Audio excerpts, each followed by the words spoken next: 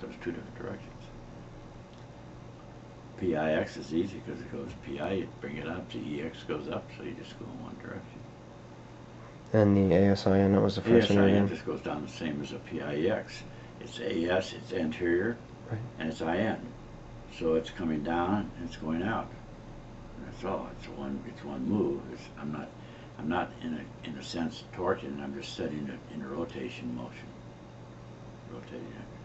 Because if you were talking about torque, you would torque this and you torque that. How can you can't? You just have to understand the mechanics of how it has to travel.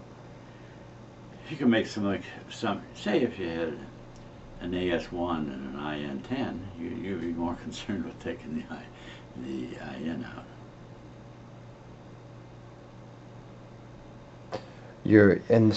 See what happens is you want the answer instead of figuring out the problem. If it's not moving, you got to do something different. So you got to figure out yourself, not what someone says. See, everybody wants to do what I say, but now he says, okay, we're doing an PIEX, but you're only going over. See, most of them they take the PI out of it when you watch them. They just come across and take the EX out. So what if you had an EX1 and a PI10? We should start and we'll take it out. See, how? Didn't work. Try the other side. Gonstead tells you that. Sometimes the other side's locked. What side's locked on? The interference can come on either side. You can lock the one side, cause the interference because this one's moving too much, or you could cause a lock on the side that's causing an impingement on the nerve. So Gonstead says sometimes you have to adjust the other ones first. Yeah, that's because that one didn't work. Would you do that? Certainly. If you find a lock on your right side, if you try I to just... I don't always adjust it from the side that it's locked on. Because the pressure can come from the other side.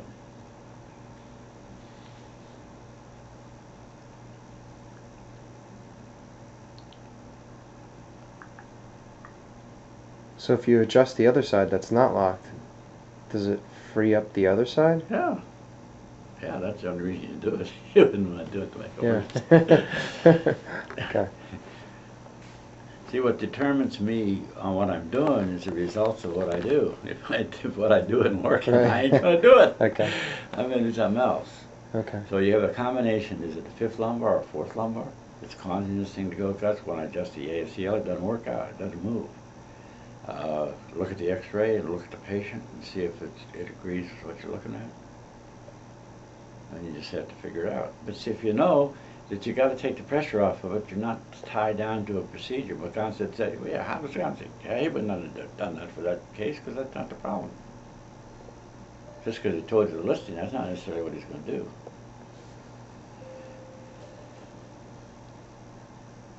I'm concerned with, is it moving the segment the way it should be? So if you have an ASIN on your right side that's locked, and you can't adjust that, you would automatically adjust the other side, PIEX. Not automatically, but if you wanted to adjust the other side, you would go the opposite direction. Okay, all right. Okay. Yeah. Maybe adjust that first and go back and adjust the other one. Because it could be locking in a way that it might not free up. Like he's saying, sometimes it just doesn't free. You got to adjust the other side before you can adjust the subluxation. Okay. But I don't care what you say. It's a question of you got to get the result. The nerve interference or something. See, what I'm harping on is how for you to move the segment, and not the listing. How do you move the segment? Okay. And you can figure the listing out. Yeah. Because that's what that's what your education and your experience tells you. Right. But if you can't adjust the damn thing, it doesn't make any difference what you think you have nothing to base your concept on except what someone tells you. Gonstead said on this side you got to do this. Well, hell, it doesn't happen all the time that way. It happens the way you find it. You're not going to correct all of. How are you going to correct a scoliosis that's caused by a mallet-shaped vertebrae? When you move it.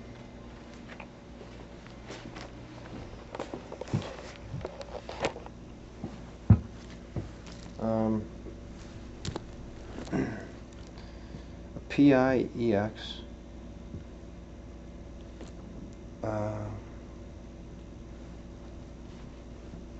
it's supposed to be like this, and I think you're pushing it P to A, You never but set it on the top side. you're pushing it P to You A. never set it on the top side. PIX. PIEX? Well, if the top is more.